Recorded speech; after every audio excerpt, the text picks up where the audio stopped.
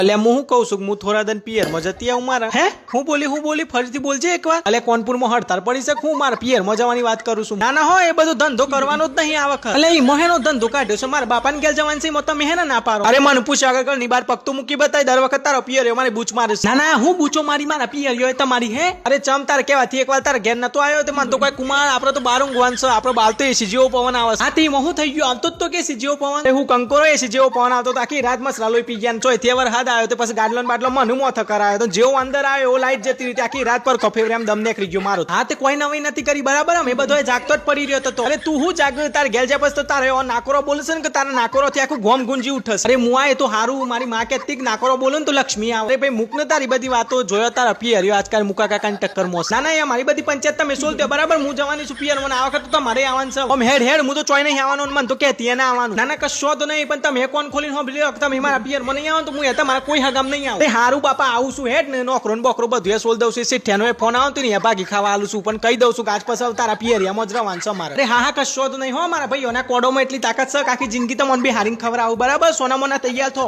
એ હું ખવડાવવાના છે આજકાલ એ જ લેબુ થઈ ગયા છે ને મારો ખિસ્સો ખાલી થવાનો છે મને ખબર છે